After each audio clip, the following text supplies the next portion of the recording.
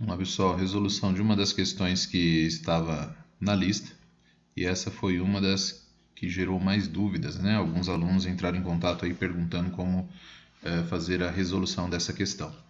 Então vamos ler aqui, ó.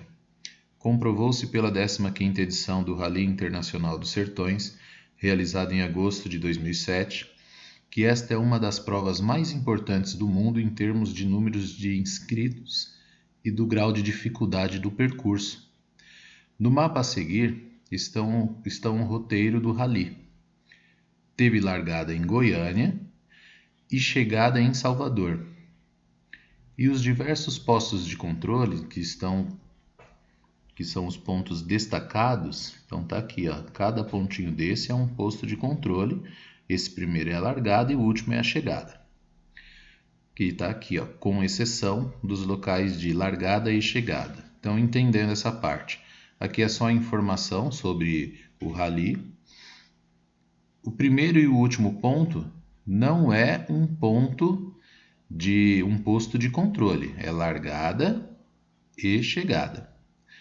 Então vamos lá. Todos os participantes da prova devem passar pelos pontos de controle, onde é registrado o tempo que gastaram e é fornecido o apoio logístico necessário. Para cada posto, é necessária uma equipe de 4 ajudantes. Deseja-se selecionar equipes para os postos de controle localizados no estado da Bahia, sabendo-se que há um total de 14 candidatos. O total de maneiras de se fazer essa seleção é igual a: primeiro, eu quero selecionar apenas para o estado da Bahia. Então é aqui, ó. Os outros não me interessam. E uma coisa que eu preciso observar, o problema me deixa claro que isso aqui é largada e isso aqui é chegada, não é posto de controle. Então, onde é que eu tenho posto de controle aqui? Eu tenho um aqui, o segundo é aqui, o terceiro é aqui. Então eu tenho dentro da Bahia 3 pontos, porém um é a chegada e os outros 3 é posto de controle. Então vamos lá. De quantas formas eu consigo selecionar sabendo que eu disponho de 14 candidatos e cada posto de controle eu vou poder utilizar 4 candidatos. Então aqui, ó, vamos pensar aqui, ó, nesse primeiro posto de controle aqui, eu vou ter um total de 14 candidatos. Se são pessoas, a ordem faz diferença?